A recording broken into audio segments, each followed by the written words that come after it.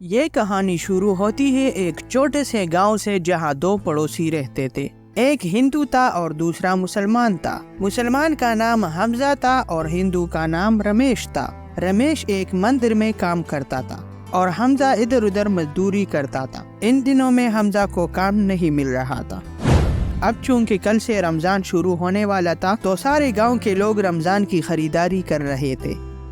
حمزہ بھی کچھ چیزیں لینے کے لیے بازار کی طرف روانہ ہوا، لیکن اس کے پاس 1 روپیہ بھی نہیں تھا۔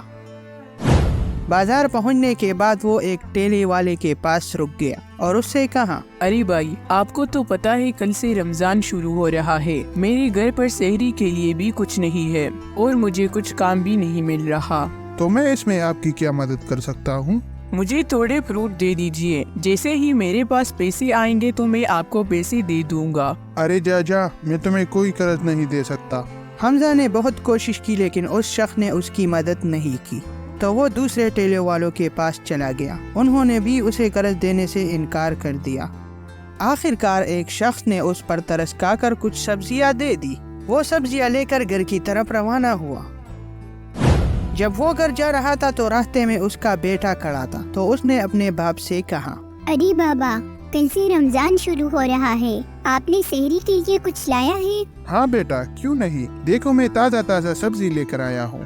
حمزہ کا بیٹا بہت خوش ہوا اور کہا، بابا، اس بار میں بھی رمضان کے روزے رکھوں گا۔ کیوں نہیں بیٹا، ہم سب روزے رکھیں گے۔ اس کے بعد حمزہ اور اس کا بیٹا دونوں گھر کی طرف چلے گئے۔ گھر پہنچنے کے بعد اس نے سبزیاں اپنے بیوی کو دے دیے اور سحری کے لیے تیار ہونے کا کہہ دیا۔ رات کو وہ سب سو گئے۔ آدھی رات اٹھنے کے بعد انہوں نے سحری کیا اور صبح سویرے حمزہ کام ڈھونڈنے کے لیے نکل پڑا۔ وہ دوپہر تک کام ڈھونڈتا رہا لیکن اسے کوئی کام نہیں ملا۔ دوپہر کے بعد اس کے ساتھ افطاری کا فکر ہونے لگا۔ وہ سوچ رہا تھا کہ سحری تو جیسے تیسے کر لی، لیکن اب افطاری کا کیا ہوگا؟ اس کے پاس قرض لینے کے علاوہ کوئی راستہ نہیں تھا۔ وہ یہ بھی جانتا تھا کہ مجھے کوئی قرض نہیں دے گا، لیکن پھر بھی وہ بازار چلا گیا۔ اس نے پھر سے بہت کوشش کی لیکن کسی نے اسے قرض نہیں دیا۔ اوپر سے دھیرے دھیرے افطاری کا وقت بھی قریب آ رہا تھا۔ اس وقت رمیش واپس گھر آ رہا تھا۔ اس نے حمزہ کو دیکھا کہ وہ لوگوں سے قرض مانگ رہا ہے، لیکن رمیش نے حمزہ سے کچھ نہیں کہا اور گھر آ گیا۔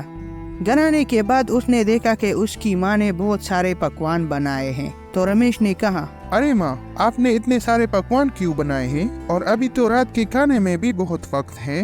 ارے بیٹا، آج مسلمانوں کا پہلا روزہ ہے، اس لیے ہم بھی ان کے ساتھ افطاری کریں گے۔ ٹھیک ہے ماں، جیسے آپ کو ٹھیک لگے۔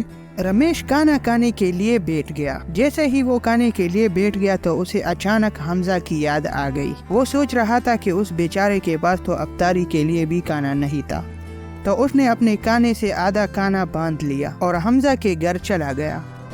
وہاں پہنچنے کے بعد اس نے دروازہ کٹکھٹایا تو اس کا بیٹا باہر آ گیا۔ ارے رمیش انکل، آپ اس وقت یہاں کیا کر رہے ہیں؟ خیریت تو ہے نا؟ ہاں بیٹا، سب خیریت ہے۔ آپ کے بابا کہاں ہے؟ انکل، وہ بازار گئے ہیں۔ وہ یہ باتیں کر رہے تھے کہ حمزہ وہاں آ گیا، تو رمیش نے کہا، ارے حمزہ، اچھا ہوا آپ آ گئے۔ میں آپ کے لیے آج افطاری لے کر آیا ہوں، امید ہے آپ کو بہت پسند آئے گا۔ تو حمزہ سوچ میں پڑ گیا کہ آخر کار خدا نے میری فریاد سن لی۔ اگر وہ چاہے تو وہ ایک ہندو کے ذریعے بھی میری مدد کر سکتا ہے۔ ارے بھائی، کہاں گم ہو گئے؟ ارے نہیں بھائی، لیکن تم تو ہندو ہو، تم میرے لیے افطاری کیسے لا سکتے ہو؟ میرے بھائی، ہم سب ہندو مسلمان بعد میں ہے، پہلے ہم انسان ہیں، اور میں نے یہ آپ کے لیے انسانیت کی وجہ سے کی ہے۔ حمزہ اور اس کا بیٹا بہت خوش ہوئے اور سب نے مل کر اپنے گھر پر افطاری کر لی۔ تو دوستو، اگر آپ کو ہماری کہانی اچھی لگی ہو تو اس کو لائک شیئر ضرور کرنا اور میک وٹ یوٹیوب چینل کو سبسکرائب کرنا مت بھولیے گا۔